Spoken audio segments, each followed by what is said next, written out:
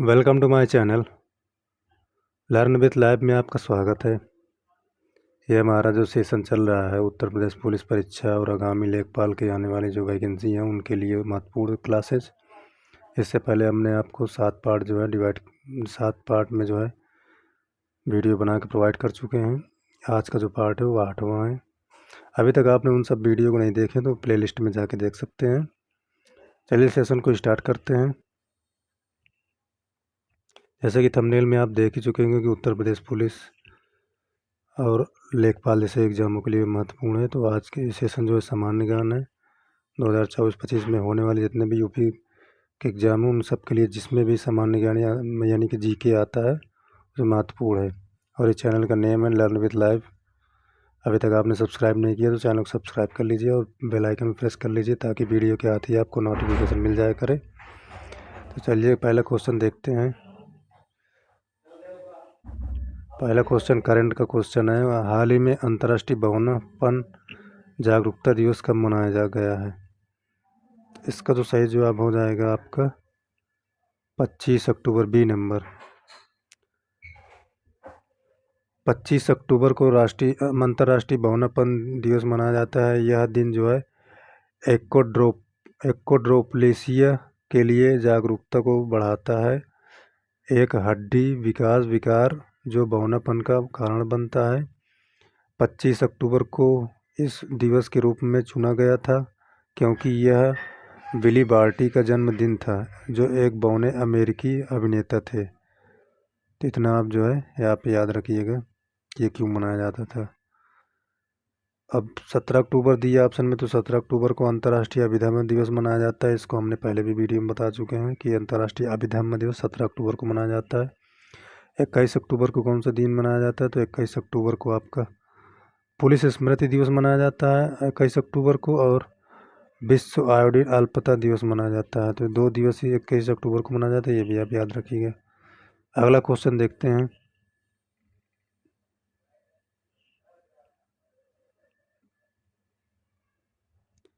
किस देश ने 16 कीटों के मानव भोग को मंजूरी दी है? तो ये भी करंट का ही क्वेश्चन है। तो 16 कीटों को खाने के लिए मतलब उपभोग मतलब खाने के लिए मंजूरी दी है तो किस देश ने? तो इसका सही जवाब हो जाएगा ए नंबर, सिंगापुर। सिंगापुर खाद्य एजेंसी ने हाल ही में 16 तरह के कीड़े मकोड़ों को खाद्य पदार्थ के रूप में मान्यता देते हुए उन्हें खाने की मंजूरी दी। तो इसका सही जवाब हो जाएगा सी नंबर, ए नंबर। अब सिंगापुर है तो सिंगापुर की कैपिटल क्या है? तो सिंगापुर की जो कैपिटल है सिंगापुर सिटी है, और सिंगापुर की जो करेंसी है वो सिंगापुर डॉलर है। अब सिंगापुर के पीएम कौन है? तो लॉरेंस वोंग होंगे सिंगापुर के पीएम। सिंगापुर के राष्ट्रपति कौन है? तो सिंगापुर के राष्ट्रपति थरमन मुगरत्नम जी हैं। अब इंग्लैंड भी ऑप्शन में, तो इंग्लैंड की राजधानी लंदन है और न्यूजीलैंड की राजधानी वेलिंगटन है। अगला क्वेश्चन देखते हैं।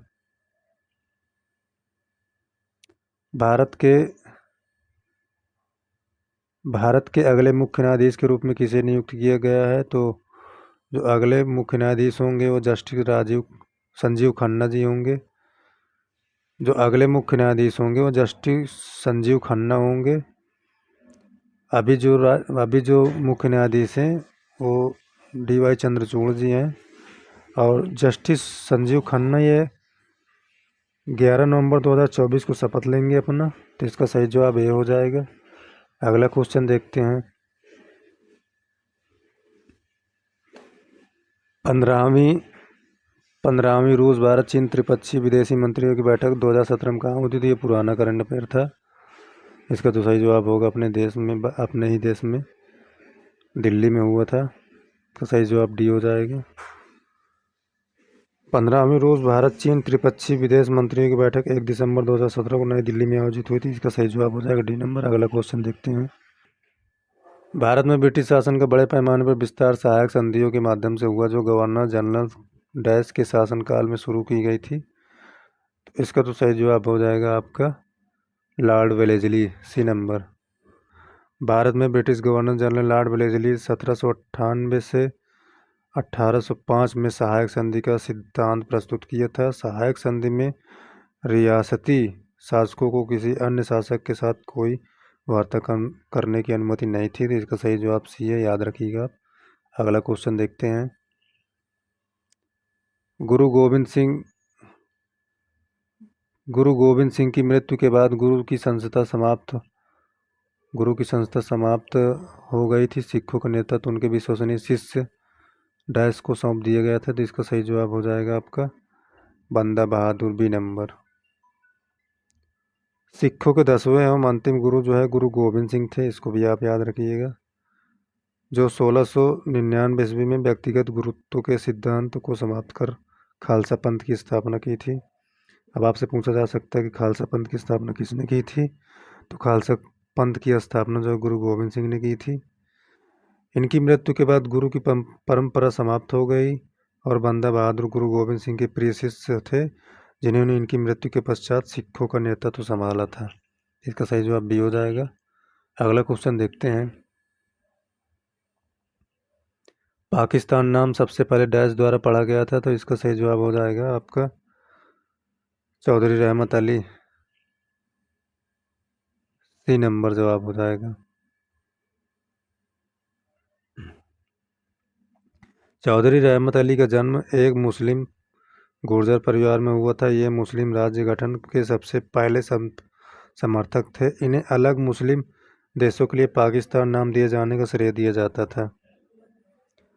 चौधरी रहमत अली एक पाकिस्तानी राष्ट्रवादी थे, जो पाकिस्तान राज्य के निर्माण के शुरुआती समर्थकों में से एक थे। उन्हें जो है ब्रिटिश भारत के एक अलग मुस्लिम मातृभूमि के लिए पाकिस्तान नाम बनाने का श्रेय दिया जाता है, और उन्हें आमतौर पर पाकिस्तान आंदोलन के प्रवर्तक के रूप में भी जाना जाता है। तो इतने आप रहमत अली के बारे में ध्यान रखिए।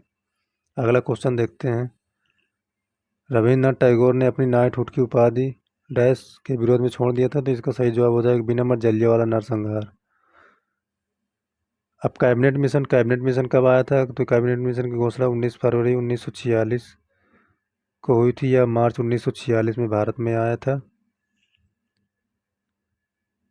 और जलियांवाला बाग नरसंहार ये जो 13 अप्रैल 1919 को ये घटना हुई थी। रॉलेट एक्ट कब हुआ था, तो रॉलेट एक्ट जो है 19 मार्च 1919 को लागू किया गया था। पूर्ण रूप से मतलब 19 मार्च 19 को लागू कर दिया गया था। साइमन कमीशन भारत जो है 1928 में आया था, तो ये भी आप याद रखिएगा। साइमन कमीशन का जो गठन तो 1927 में हो गया था, लेकिन भारत जो आगमन जो 1928 में हुआ था, ये आप याद रखिएगा। अगला क्वेश्चन देखते हैं। उत्तर प्रदेश के किस शहर को इत्र नगरी के नाम से जाना जाता है, तो उत्तर प्रदेश के कन्नौज शहर को इत्र नगरी के नाम से जाना जाता है। कन्नौज को इत्र का सबसे बड़ा कारोबार, मतलब कन्नौज में इत्र का सबसे बड़ा कारोबार होता है, और कन्नौज को भारत की इत्र की राजधानी भी कहा जाता है। इतना आप कन्नौज के बारे में याद रखिए।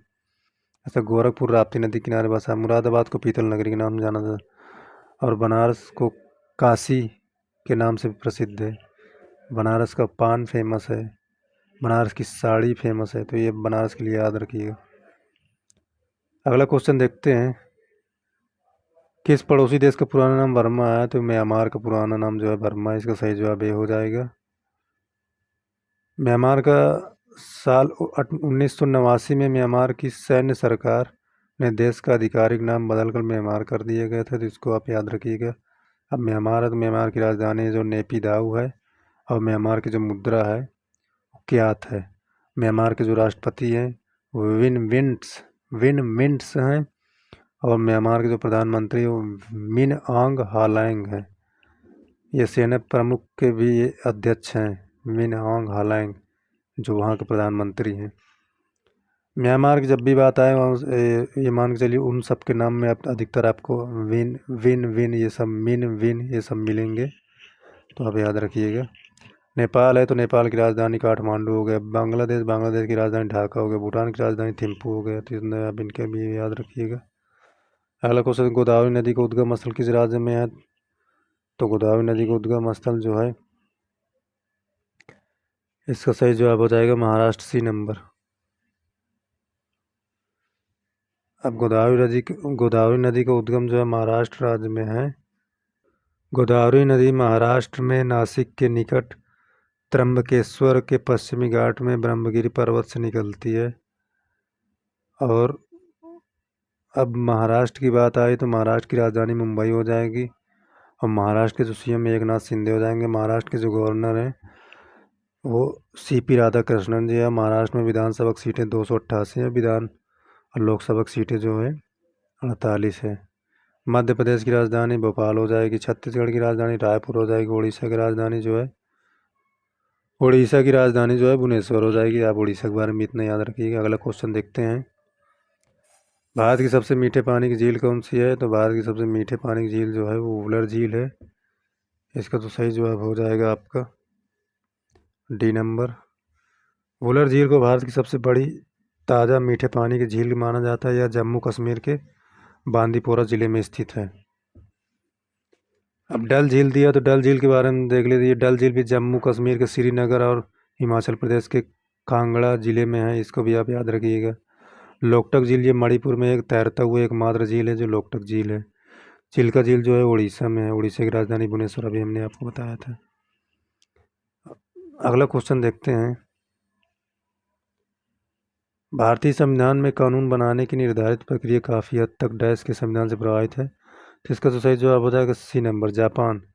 कहीं कहीं जापान देता तो कहीं कहीं संयुक्त राज्य अमेरिका देता। आप भी एक बार जो चेक कर लीजिएगा। अगला क्वेश्चन देखते हैं। शिक्षा का अधिकार अधिनियम वर्ष डैश में भारत द्वारा अधिनियमित किया गया था। तो इसका तो सही जवाब हो जाएगा डी नंबर, 2009 में। शिक्षा का अधिकार अधिनियम को 4 अगस्त 2009 को भारत की संसद द्वारा पारित किया गया था। इस विधेयक को मंजूरी भारत के राष्ट्रपति प्रतिभा देवी सिंह पाटिल ने दी थी।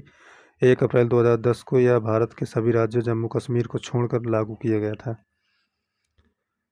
4 अगस्त 2009 को लागू किया गया था। भारतीय संविधान के अनुच्छेद 21A के तहत इसको जो है 6 से 14 साल के बच्चों को मुफ्त में शिक्षा देने का अनिवार्य कर दिया गया था। अगला क्वेश्चन देखते हैं। महाराजा सवाई जयसिंह या जयसिंह द्वितीय ने डैश में एक खगोलीय वेधशाला की स्थापना की थी। तो उज्जैन में की थी। इसका सही जवाब ये हो जाएगा। महाराजा सवाई जयसिंह द्वितीय आमेर के कछवाहा वंश के शासक थे। इन्होंने काशी, दिल्ली, उज्जैन, मथुरा एवं जयपुर में वेधशालाओं का निर्माण कराया और इनमें पत्थर के यंत्र और ग्रह नक्षत्रों की गणना के उपकरण भी बनाए जाते थे। उज्जैन कहाँ है? मध्य प्रदेश में है। ये क्षिप्रा नदी किनारे बसा है। जितना आप याद रखिएगा। अब शिमला हिमाचल प्रदेश की राजधानी शिमला हो जाती है और जोधपुर जो ये राजस्थान में, इतना भी ये भी आप जानते रहिए। अगला क्वेश्चन देखते हैं। यूनिवर्सल टीकाकरण कार्यक्रम के रूप में केंद्रीय स्वास्थ्य मंत्रालय डैश के विरुद्ध दोहरे संस्करण के लिए या दोहरे संरक्षण के लिए एक एकल टीके का शुभारंभ किया। तो खसरा और रुबेला। इसका सही जवाब हो जाएगा ए नंबर। भारत में विश्व स्वास्थ्य संगठन के दक्षिण पूर्वी एशिया के क्षेत्र में सदस्यों के साथ खसरा तथा रुबेला वंशानुगत खसरा लक्षण को समाप्त करने के लिए संकल्प लिया था। इस दिशा में केंद्रीय स्वास्थ्य एवं परिवार कल्याण मंत्रालय 9 महीने से लेकर 15 वर्ष तक के आयु बच्चों को शामिल किया था। तो इतना आप जो है याद रखिएगा। इसका सही जवाब ये हो जाएगा। तो ये थे हमारे सामान्य अध्ययन के कुछ क्वेश्चन। आई होप कि आपको पसंद आया होगा। अगर वीडियो पसंद आए तो वीडियो को लाइक कर दीजिए और चैनल पहली बार विजिट किए हो तो चैनल का चैनल का नाम जो है लर्न विथ लाइफ, और इसको जो है सब्सक्राइब कर लीजिएगा और दोस्तों के साथ शेयर भी कर दीजिएगा। और ये इसका जो है PDF आपको टेलीग्राम में मिल जाएगी। और वीडियो जो है शेयर कर दिए करिए। पहली बार विजिट किए सब। मिलते हैं ऐसे ही अगले वीडियो में ऐसे ही क्वेश्चनों के साथ। तब तक लिए मस्त रहिए, पढ़ते रहिए। धन्यवाद आपका।